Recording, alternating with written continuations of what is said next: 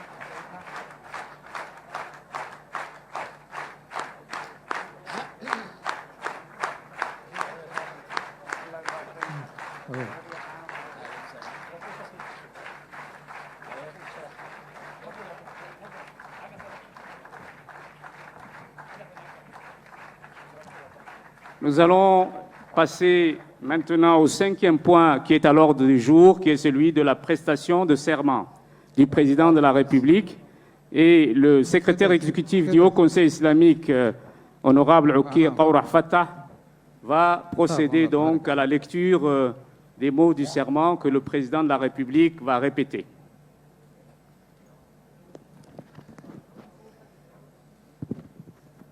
أقسم بالله العظيم أقسم بالله العظيم أن أكون متمسكا بكتاب الله وسنة رسوله أن أكون متمسكا بكتاب الله ورسوله وأن أحافظ مخلصا على النظام الجمهوري وأن أكون مخلصا على النظام الجمهوري وأن أحترم الدستور والقانون وأن أحترم الدستور والقانون وأن أرعى مصالح الشعب وأن أرعى مصالح الشعب وحرياته رعاية كاملة وحرياته رعاية كاملة برعاية تامة وأن أحافظ على وحدة الوطن وأن أحافظ على وحدة الوطن واستقلاله وسلامة أراضيه والله على ما أقول شهيد. والله على ما أقول شهيد. سبحان ربي.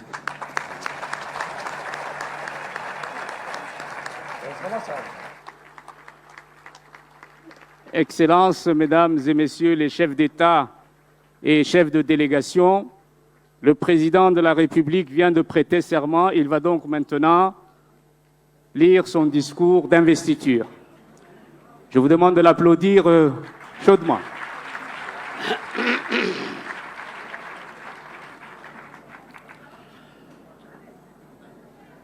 Merci. Oh là là.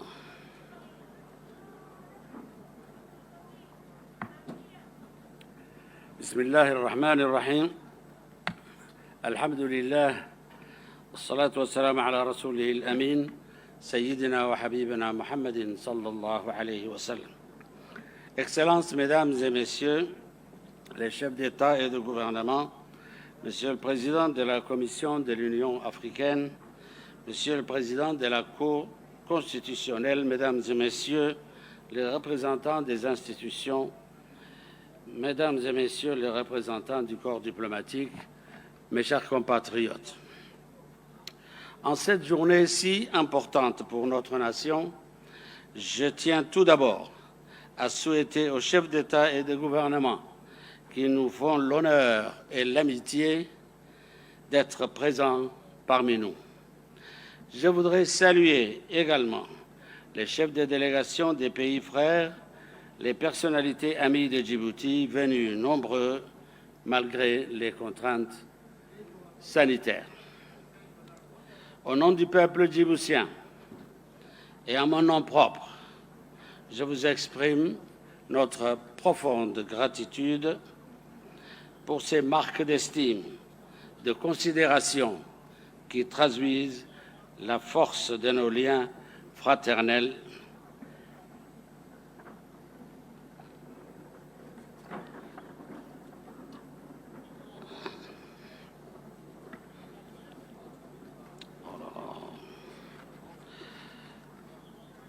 Je tiens à saluer,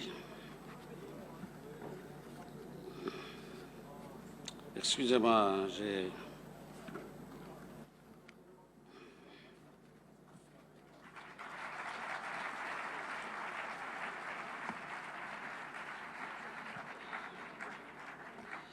Je tiens également à saluer la mémoire de l'un de nos frères tombés au champ d'honneur, Son Excellence le maréchal Idriss Déby Itno. Il ne fait nul doute qu'avec sa disparition, nous avons non seulement perdu un ami, mais également un leader courageux qui aura servi son pays jusqu'au bout. Au seuil de ce nouveau quinquennat, je souhaite me rappeler ce à quoi, par le cœur et la raison, les Djiboutiennes et les Djiboutiens aspirent et pour lequel ils m'ont renouvelé leur confiance, à savoir la stabilité, la concorde civile, la sauvegarde des valeurs de notre République, ainsi que la recherche du développement inclusif et accéléré de notre pays. Je pense que quand on aime profondément son pays, on s'engage. C'est fort de cette conviction que je me suis engagé en politique. C'est l'idée que je me fais de ma mission, celle d'être un garant sincère des valeurs de notre République, celle d'être auprès de chaque Djiboutien, attentif à son besoin. Et les attentes de mon peuple, dans cette époque particulièrement exigeante que nous vivons, sont nombreuses et tenaces. La pandémie du Covid-19 est venue bouleverser l'économie mondiale. Le changement climatique nous impose une révolution de notre mode de vie. La digitalisation bouleverse les circuits de communication et de production. La pression démographique est une réalité pour notre continent. Ces évolutions majeures nous offrent autant de défis qu'opportunités à saisir pour préparer activement le monde qui vient. Nous engager résolument et sans crainte vers le futur nécessite certes du courage, mais aussi beaucoup de sagesse. C'est résolument en nous que nous puiserons les ressources nécessaires pour créer les conditions d'une nouvelle donne. Mesdames et messieurs, Djibouti est un grand pays, mais à la taille modeste, un carrefour entre l'Orient et l'Occident, un point de rencontre entre l'Asie, l'Afrique, le Moyen-Orient et l'Europe. Nous sommes les héritiers d'une terre rude, aride, mais sincère. Une terre qui donne à nos femmes et nos hommes force et caractère. Nous partageons avec les peuples de la Corne d'Afrique des traditions millénaires dont l'histoire se confond dans les prémices de l'humanité. Aujourd'hui, Djibouti est une république jeune, mais une république forte, vivace, une république dynamique, soudée par notre volonté de prendre part à cette nouvelle donne. Nous sommes unis, en paix. Nous vivons dans un pays stable et c'est une bénédiction. L'histoire nous a appris que la paix, la stabilité, l'unité sont un préalable et une condition sine qua non pour toute politique de développement économique et social à long terme. L'histoire nous apprend aussi qu'il n'y a rien d'acquis en la matière, que demain, comme hier, nous devons travailler ensemble, sans relâche, à protéger cette stabilité, à renforcer nos institutions, à sacraliser la paix et le vivre ensemble, faire vivre la République en harmonie. Nous devons aussi protéger notre liberté de choix et des décisions sans lesquelles il n'y a pas de souveraineté réelle. Nous avons su nouer des partenariats à long terme avec des grandes puissances amies. Nous avons su maintenir l'équilibre de nos alliances et assurer nos obligations de sécurité sur le détroit de Bab el-Mandeb. Nous prenons notre part dans l'action humanitaire de solidarité. Nous continuerons à nous investir plus encore dans la marche du monde, dans la vie des institutions internationales, à relayer notre message de paix et de progrès pour tous. Nous sommes un pays africain, nous sommes un pays arabe et nous sommes un pays musulman. Nous tenons à notre triple identité, à cette diversité fructueuse, source de notre vitalité. Nous voulons jouer un rôle actif dans l'émergence et l'intégration de notre continent. Nous croyons profondément au rapprochement des peuples et des économies pour prévenir les rivalités stériles et contredire ceux qui nous condamnent au conflit fratricide. C'est pourquoi j'ai toujours soutenu les efforts et les initiatives en faveur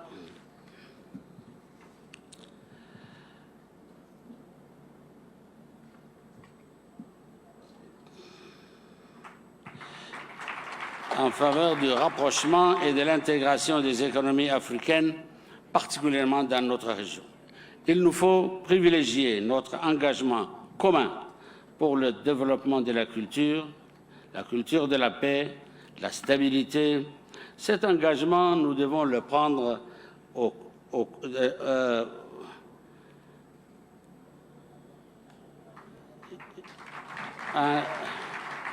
nom des générations nouvelles, excusez-moi.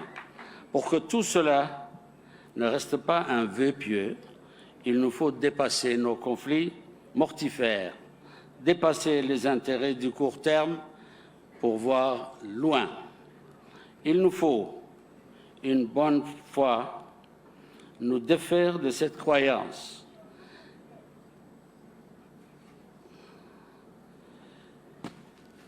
qui nous condamne à l'individualisme et qui veut nous opposer les uns aux autres, alors même que nos richesses sont plus qu'abondantes si nous faisons le choix de l'union intelligente. L'Afrique sera puissante si elle est unie. Elle sera riche si nous sommes ensemble. Si nos pays coopèrent pour se compléter et poursuivre notre vision commune d'avoir des États forts et efficaces.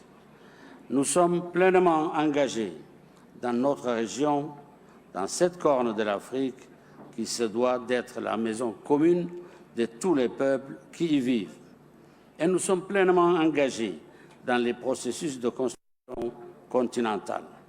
Je pense tout particulièrement à la ZLECAf, née à Niamey en juillet 2019, à cette promesse d'une vaste zone de libre-échange à l'échelle de l'Afrique, à ce grand marché unique de plus d'1 milliard d'habitants. L'Afrique est, dit-on, le continent de l'avenir. À nous de transformer cette perspective en réalité. Nous sommes enfin pleinement engagés dans la consolidation de notre Oumma, de notre communauté de croyants, pour faire face aux extrémismes et à la violence. Nous opposerons notre tolérance, notre foi juste, notre identité profonde. Nous suivons donc avec émotion les événements qui touchent nos sœurs et nos frères palestiniens. Nous appelons, comme nous l'avons toujours fait par le passé, à une juste résolution politique du conflit et à la fin de l'occupation israélienne, seul chemin vers la paix des braves. Distingués invités, Mesdames et Messieurs, chers compatriotes, Djibouti est une nation modelée par le détroit de Bab el-Mandeb. un détroit par lequel transite plus d'un tiers du commerce mondial. Nous avons su nous appuyer sur cette position géographique, sur la créativité de notre peuple pour construire un projet de développement. En 20 ans, Djibouti s'est imposé comme un hub logistique et portuaire de niveau international. Aujourd'hui, nous sommes le leader africain en matière d'infrastructures portuaires. Nous avons enchaîné plus d'une décennie de croissance. Notre PIB a été multiplié par 6, le revenu par habitant par 5. Au premier jour de ce nouveau mandat présidentiel, notre objectif est d'accélérer la cadence. En tenant compte des changements du monde, il nous faut investir dans les services, les communications, les technologies digitales. Nous avons un immense potentiel en termes d'énergie renouvelable. Nous devons également investir dans l'industrie, produire nous-mêmes et faire en sorte que d'autres produisent à Djibouti, en particulier dans le cadre de notre politique de zone franche. Nous devons favoriser l'émergence de ces secteurs créateurs de valeur ajoutée pour le pays et créateurs d'emplois pour les Djiboutiens et les Djiboutiennes. Les opportunités sont nombreuses dans les domaines de l'avitaillement, des chantiers navals, des terminaux pétroliers ou gaziers, de l'industrie légère. Nous pouvons servir toute la sous-région. C'est dans cette perspective que s'inscrivent les grands projets du parc industriel de Damerjog et du réaménagement du port historique de Djibouti-Ville. Distingués invités, mesdames et messieurs, chers compatriotes, pour 2021 et les années suivantes, notre croissance devrait rester forte, l'une des plus fortes d'Afrique, malgré les répercussions de la pandémie de Covid-19. Mais la croissance, l'émergence ne sont pas une fin en soi. Elles doivent être d'abord et avant tout au service de nos concitoyens et de nos concitoyennes. L'objectif du développement, c'est l'augmentation des revenus, l'investissement dans le capital humain, dans les secteurs sociaux, la santé, l'éducation, la formation, l'eau, l'accès à l'électricité. L'objectif, c'est également la mise en place d'une économie plus inclusive, avec un rééquilibrage des territoires, un partage plus efficace des richesses. Nous avons déjà fait beaucoup. Mais évidemment, nous sommes conscients des défis qui nous font face. La pauvreté et le chômage restent une réalité comme dans nombre de nos pays africains. Le besoin en infrastructure aussi. Je suis déterminé, avec les Djiboutiens, à agir pour consolider notre République, agir pour nous débarrasser du fardeau de la pauvreté, agir pour l'émergence, agir pour Djibouti de demain, pour les jeunes générations qui viennent, dont l'engagement est essentiel à la réussite de notre projet collectif et qui doivent prendre toute leur place dans le monde moderne. Nous n'avons pas d'autre choix que l'ambition, pas d'autre moyen que le travail. Je suis confiant, je sais que nous pouvons réussir ensemble. Vive la République, vive nos peuples, vive l'Afrique. Je vous remercie. Oh là là.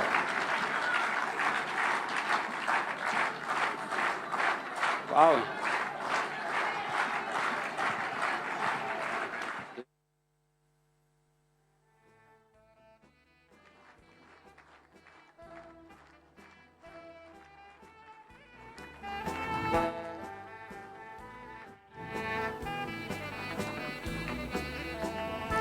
Your Excellencies, heads of states and governments, and heads of delegations, we have come to the end of this swearing-in ceremony. Now I will invite the heads of states and governments and heads of delegation to proceed to the waiting hall I also request the audience to remain seated until their excellencies leave this hall. The banquet will start at 1:30 p.m. here at the State House. On behalf of President Gele, I would like to thank you for your attendance to this ceremony. Thank you very much. Please.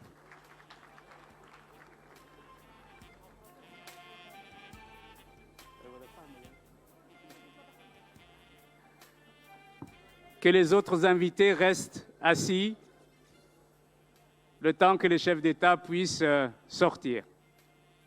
Applaudissez-les fortement, s'il vous plaît.